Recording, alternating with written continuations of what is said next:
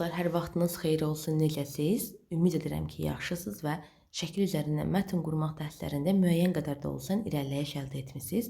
Bu bizim 7-ci dərsimizdir. Ümid edirəm ki, bundan əvvəlki dərslərin lüğətlərini yazıb öyrənirsiniz və cümlə qurmaqla bağlı əvvəlki qədər çətinlik çəkmirsiniz. Bugün bizim yenə də 3 şəklimiz, hər şəkildə fərqli təsvirimiz var. Yenə də bir qış günündəyik.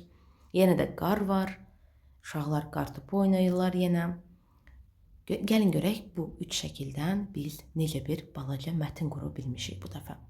Soyuq bir qış səhəri Jack və Sam həyətdə qar adamı qurdular. Onlar diqqətlə qar topalarını yığdılar. Şarf taxıb, burnuna yer kökü yerləşdirib və papaq qoydular. Qar adamı çox əzəmətli və enerjili görünürdü. Ertəsi gün günəş çıxdı. Qar adamı məyus halda əriməyə başladı. Gəlin bu balaca mətnimizi ingilis dilinə çevirək və çevirməzdən əvvəl burada bizim üçün feillər var. Mətn yenə keçmiş zamanda olduğuna görə feillər həm indiki zamanda vermişik, həm keçmiş zamanda vermişik. Həm sifətlər, isimlər, zərflər, saylar, əvəzliklər verilmişdir. Və gəlin başlayaq. Soyuq bir qış səhəri Jack və Sam həyətdə qar adamı qurdular. Zərfdir, soyuq bir qış səhəri. Cümlənin əvvəlində də verə bilərsiniz, sonunda da verə bilərsiniz. Biz yenə əvvəldə vermişik. Başladıq. Soyuq bir qış səhəri.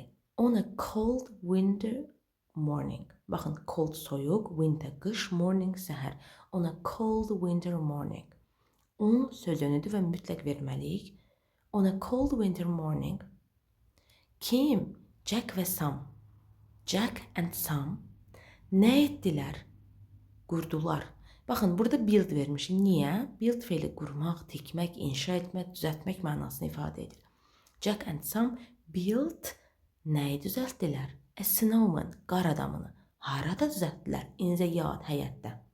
Deməli, on a cold winter morning, Jack and Sam adını dəyişdirə bilərsiniz, nə istəsiniz qoya bilərsiniz. Built a snowman in the yard.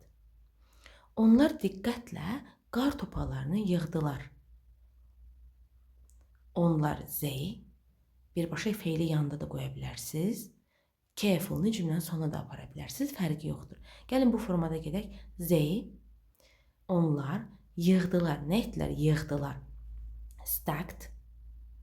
Nəyi yığdılar? Snowballs, qar adamını. Sonra diqqətlə careful'ını da verə bilərsiniz. Ya da bu formada verə bilərsiniz. They carefully stacked snowballs. Şarf taxıb, burnuna yer kökü yerləşdirib, papaq qoydular. They, onlar. Kim bunu etdi? Onlar etdilər. They added a scarf.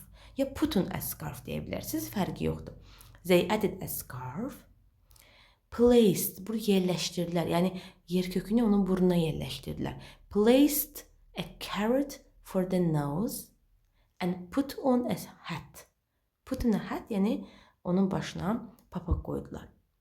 Qar adamı çox əzəmətli və enerjili görünürdü. The snowman, qar adamı nə edirdi? Görünürdü.